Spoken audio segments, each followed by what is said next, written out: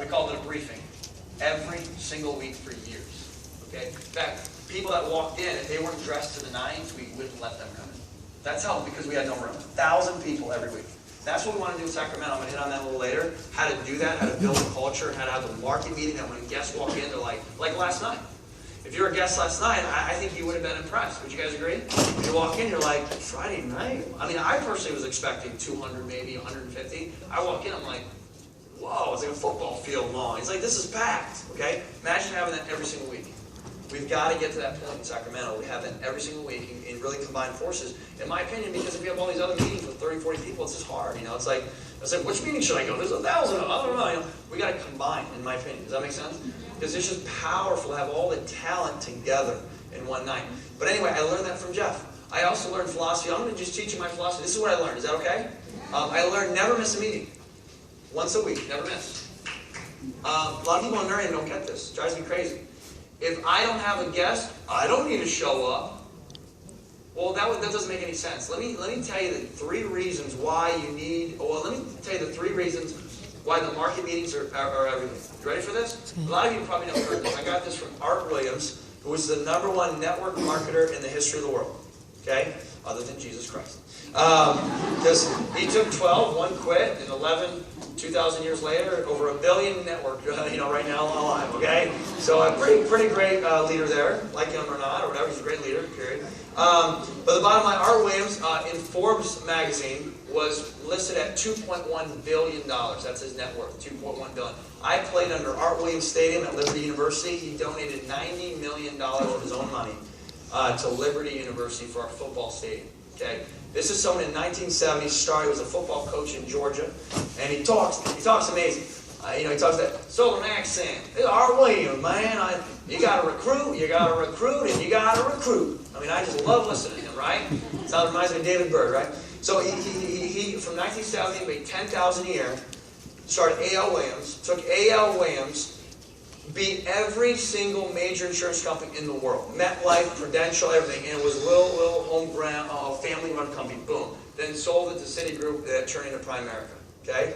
#1 networker ever, right? $2.1 billion.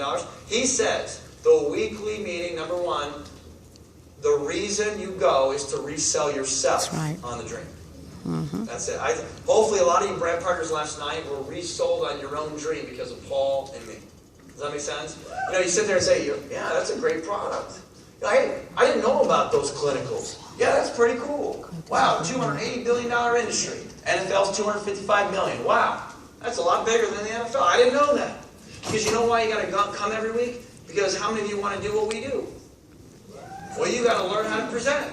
That's right. Because if you get up here and just look at okay, guys, it's boring. Nobody wants to see you, okay? You got to get good. You got to start to get better. So for me, I was shy, but one day I could see myself present, okay?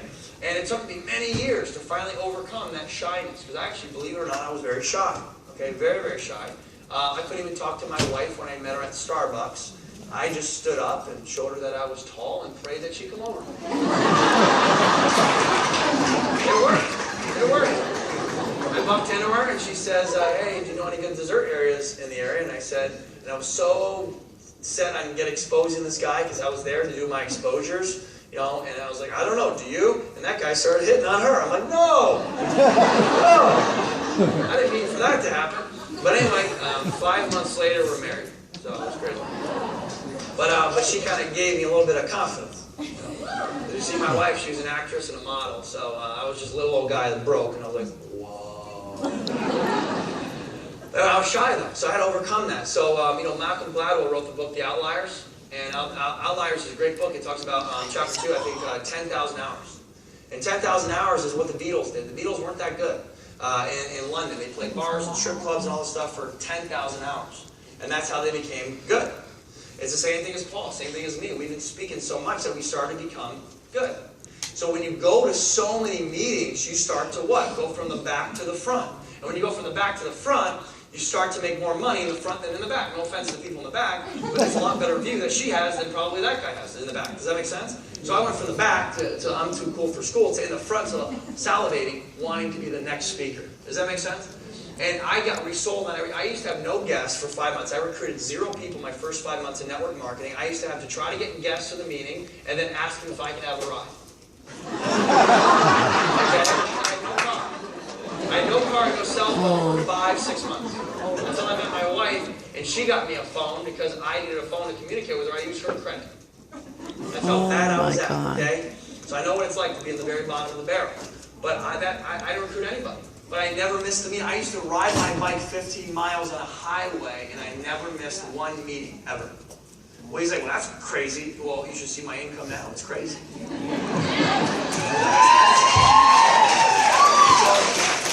If you got a car, if you got a cell phone, you should have no excuses. I mean, my gosh. I mean, I had none of that stuff. And I had nobody. And there was no such thing as Facebook back then. So I had to literally go to the mall and get kicked out of every mall I went to try to edit magazines, okay? And I didn't even have the money for the magazines. My friend Amit, who was one of my mentors, now he's frontline to me on Nurium, he's kind of cool. He's the one that mentored me in the other company. He gave me 100 magazines, and I took those 100 magazines and got 40,000 people. Does that make sense? So that's magazines in the back. You don't think they're important? I built my entire industry, my whole thing on those magazines, okay? Absolutely. So I say all that to tell you that I think the most important thing is a marketing meeting. The number 1 reason is resold the dream. Number 2 is for you to resell your team the dream. The 3rd reason is the guests. So if you don't have a guest, you need the meeting. Would you guys agree? Mm-hmm. And by the way, I don't wait for my guests. So I tell them it's at the DoubleTree. Let's just say it's at here. Let's say this coming Tuesday. And yeah, I know it's a little hard to find this place, so of course I'll try to guide them over the phone and stuff. But if there's signs, I'm not sitting there at 7:30, 7:40 texting, where's my guest? I'm in the meeting front row. Honestly, I could care less if my guest comes. Because I'm already here, I'm engaged, I'm ready to learn. Now, if my guests can't find it, they don't deserve to be on my team. Because they're not smart enough to find the place in the DoubleTree. All they gotta do is ask.